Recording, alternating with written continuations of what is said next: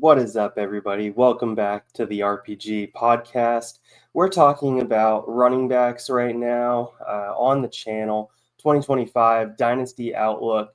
So, what are they going to do for you? What are they going to produce? How much do you have to pay in startups? And what could their future potentially look like? So, today we're here to talk about Tony Pollard, the running back for the Tennessee Titans. All right, as always, we're going to go over to Dynasty Data Lab here and bring that up to show you where is he currently going in startup drafts. Oh, man, okay. The 11th round, we got RB33 coming off the board. So realistically, you're probably talking about him being a fill-in flex. Typically, most leagues are start 10. So the 10 rounds have already occurred, and you're getting them at the very beginning of that 11th round. Maybe you want to spend a 10th round pick on him and say, hey, he's going to be my flex play for this coming season. Okay, sure. Not going to knock you for that. The Titans, well, yeah, what running backs are going around him? Zach Charbonnet, Tyrone Tracy, Trey Benson. Oh, man. Do you really have any conviction that any of those running backs are going to produce more than Tony Pollard? Charbonnet may produce more on a per-game basis, but overall for the season, Tony Pollard is probably the back of that grouping that you want. Will most likely score the most amount of fantasy points of those four backs listed. You look at his offseason, what that offseason ADP has looked like. It's slowly creeped up. People have realized, hey, the Titans are trying to do something with this offensive line. It's not as garbage as it used to be. So very, very early in the 11th, now creeping up to the very, very back end of the 10th. So keep all of that in mind when you're going to draft Tony Pollard. So you heard me talk about them improving the offensive line.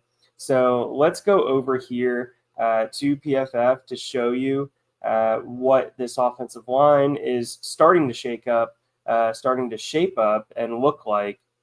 But it was shaken up this offseason as well. So Dan Moore comes in, okay, from Pittsburgh. You got Kevin Zeitler coming in from the Lions. People view the Lions as one of the best offensive lines in the game. He had a very good run blocking grade, so he should be able to hold his own at guard, being able to open up lanes for Tony Pollard as they continue to try and establish the run for a rookie quarterback. So, yeah, we got Skoronski as well. Much better in pass protection. Was talked about maybe as being a tackle. Question marks as a tackle when the Titans took him with the 11th pick 2 years ago now. 3 years ago. So then you also have J.C. Latham. Mountain of a man. You would think that he would be an absolute mauler on the ground, but actually was better in pass protection last year. So part of that comes down to scheme. Part of that comes down to the fact that tight end is basically a non-blocking position for the Titans. So you're really working with the 5 offensive linemen, trying to have them open up gaps, open up space to be able to make this running game effective. The wide receivers, you can't really count on them. Cushenberry, hopefully, is going to be playing a full season for them as well. He was their big free agent signing last offseason. So hopefully he starts showing some dividends and they start being able to get some production and some holes for them to be able to run through. So now we're going to move over to Fantasy Pros and say, okay, what did Tony Pollard do for me last year? What are we looking at for this coming season? Okay. RB21, Tony Pollard, 260 carries. That's a pretty solid carry workload. Over 1,000 yards, more of a volume back than efficiency back. If we thought that he was an efficiency back, we'd be seeing closer to that 5 yards per attempt. Touchdowns, a little low on the touchdowns, 5 touchdowns. But the offense was a little rough last year, being led by multiple different quarterbacks. Hopefully Cam Ward is able to figure that offense out and be able to make them a little bit more efficient. 41 receptions. All right, 57 targets. It's a good receiving work share, especially with Tony Pollard, especially with Tajay Sharp, who they also think is a receiving weapon out of the backfield. The no touchdowns in the receiving game, that one's tough. Hopefully you see some positive regression from that. 200 fantasy points last year, 12.5 fantasy points per game. Now, realistically, what are we expecting? I'm expecting a little uptick to that 12.5, maybe pushing in somewhere into that 13 range. And I'm expecting a full season workload somewhere around that 220 point range.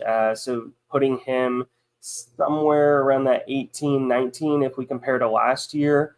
So you're looking at a very back end RB2 that you're able to get as RB33. So if you're taking a very back end RB2 that's having to slot in your flex that is able to produce double-digit fantasy points per week, that should be a win for a win now team. If you're stuck on a rebuilding team or you hit midseason and you say, hey, this just isn't my year, Tony Pollard being a productive RB2 should be able to net you something at the trade deadline. You might be able to squeeze out that 26 second from a competing team to be able to give up Tony Pollard, and then maybe be able to replenish him with somebody younger next year, or use that second to be able to have flexibility to move up in the first round next year. These are all things to be thinking about, but realistically, I think that's probably somewhere around the range of what you're looking at. The coaching staff is still there. They're in hot water. They're up against it. They gotta win this season. They gotta show improvement. So fully look for them to get their best players the ball. They drafted a couple rookie wide receivers. I wouldn't consider them some of their best players. They still have Ridley there at wide receiver, but they don't really have a ton of playmakers on this offense. So Tony Pollard is one of those playmakers for this team, and I fully expect that to continue. Injury concerns are always there for running backs. They'll probably miss 2-3 games a year, but you have to be able to understand that when Tony Pollard is on the field, you are going to be getting production out of him. Odds of getting a bust week, talking somewhere in that 5-6 fantasy point range from him when you're starting him in your lineup is very small. Obviously, that is still within the range of outcomes, but every single week that you're trying to decide and make those starting lineup decisions, relatively small percentage. If you try and play the percentage game, then Tony Pollard is a good back to have on your team. All right. Well, hopefully you like this video. Hopefully you like the analysis. If you didn't, let us know your thoughts. Do you think Spears is going to take over this backfield? Is it finally his time? Is Tony Pollard too much of an injury risk for you? And you're just wanting to completely stay away from him?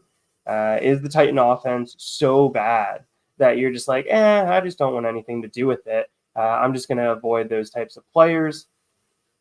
If you think any of that, let us know in the comments. We try and read all of them, and we're on our way to getting to 1,000 subscribers to be able to hit that next milestone for us. So we greatly appreciate the time that y'all take to watch these videos. Greatly appreciate the support, and have a good night. Thanks for listening to another episode of the Fantasy Football RPG Podcast. If you made it this far, be sure to like and subscribe. If you want to check out written content, head over to lastwordonsports.com. Don't let the Goblins get you.